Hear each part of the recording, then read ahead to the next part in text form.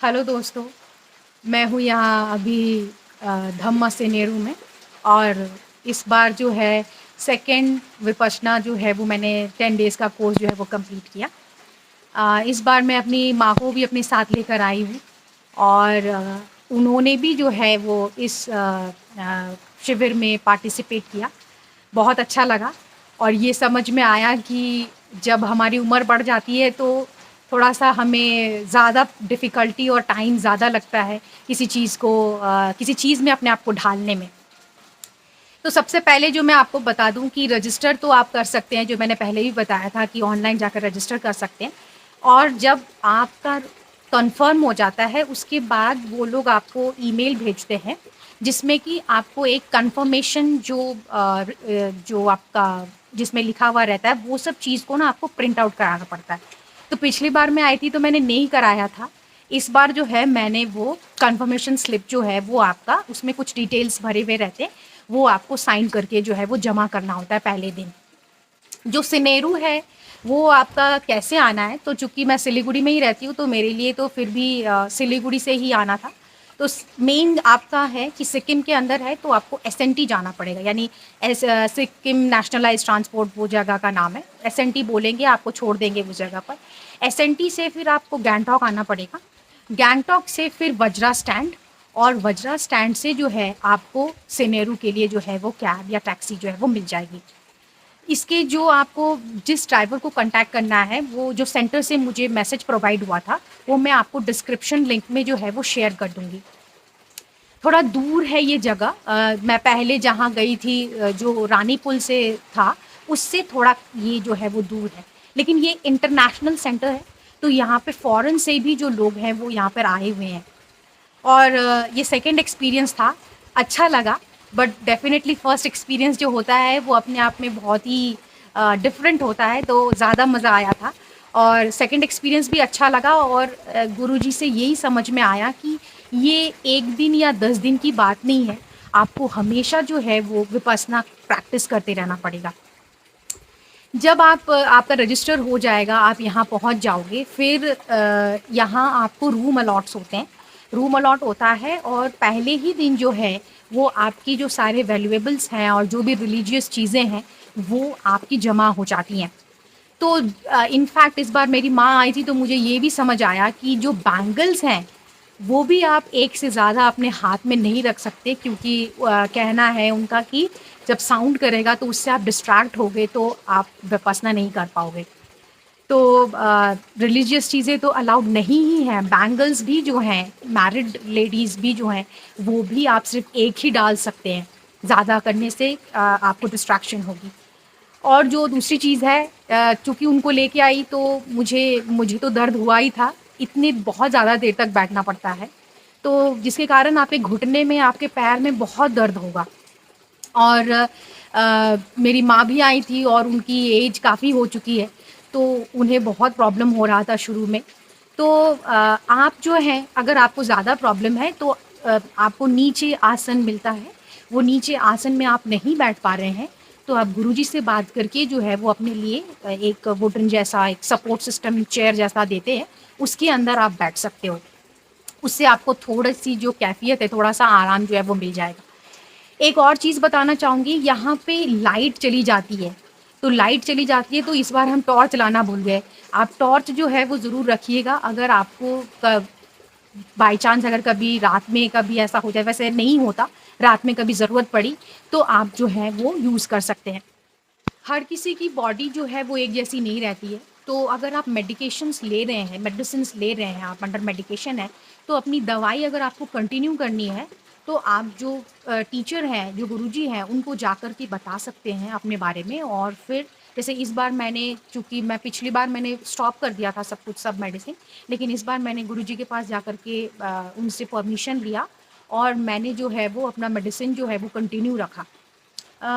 तो उसके लिए जो है, अगर आपको रात का खाने की ज़रूरत है, तो आप वो कह कर के जो है वो मँगा सकते हैं। जैसे ओल्ड मेडिटेटर्स के लिए जो है वो इवनिंग का जो स्नैक्स वाला पार्ट रहता है, उसमें सिर्फ़ नींबू पानी ही पी सकते हैं।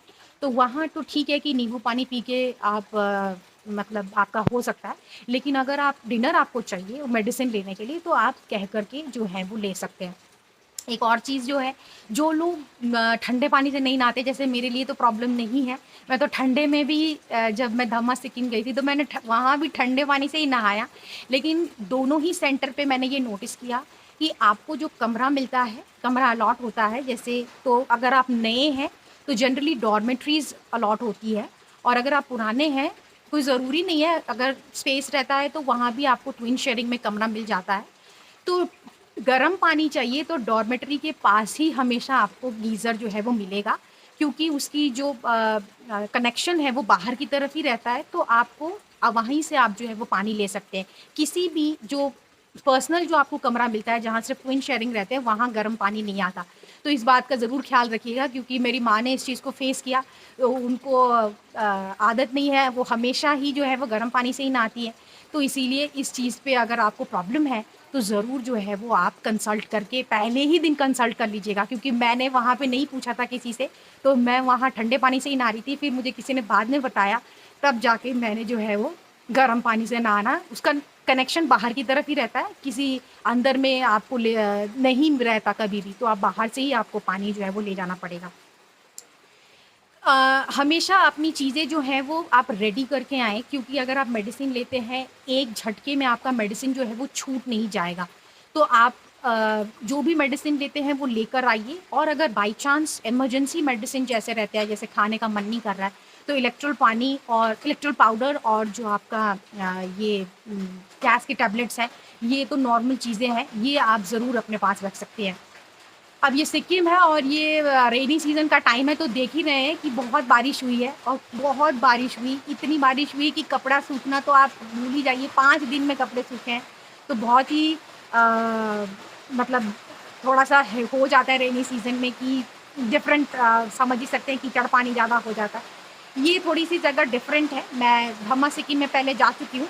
ये जगह थोड़ा ज़्यादा मतलब फैला हुआ है और यहाँ की जो रास्ते वग़ैरह हैं, वो भी थोड़े से ज़्यादा चढ़ाई वाले हैं।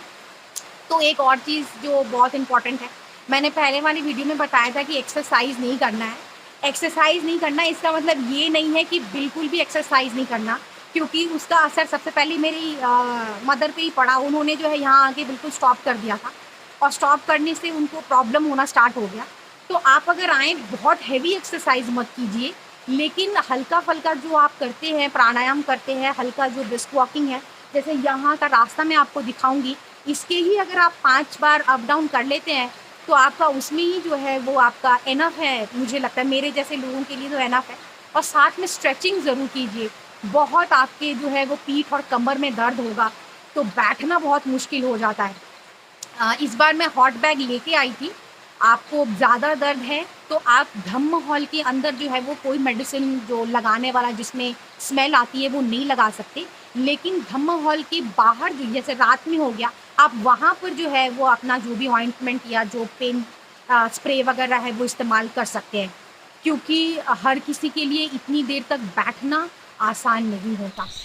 ये रास्ता है जो आपको धम्मा हॉल की तरफ ले जाता है। आप देख सकते हैं कितना ऊंचे जगह पर जो है यहाँ धम्मा हॉल जो है वो सिचुएटेड है। तो मैंने बताया था कि इसी जगह पर अगर आप 5 बार ऊपर नीचे कर लो, तो आपका जो एक्सरसाइज है वो बड़ी आसानी से जो है वो हो जाएगा। टाइम टेबल के बारे में मैंने बता रखा है कि सुबह 4:30 बजे से 9:30 बजे तक सब कुछ चलता है। लेकिन यहाँ जो मेन बात मेरे को बतानी है वो ये है कि जो नए साधक हैं उनके लिए थोड़ा-सा हर सेशन अटेंड करना स्ट्रिक्ट रहता है। लेकिन जो ज़्यादा कंपल्सरी है वो है आपका 8 से 9 बजे का, फिर आपका 2:30 से 3:30 और फिर 6 से 7। ये जो 3 सेशंस हैं, ये ग्रुप सिटिंग जो है ये कंपल्सरी होता है।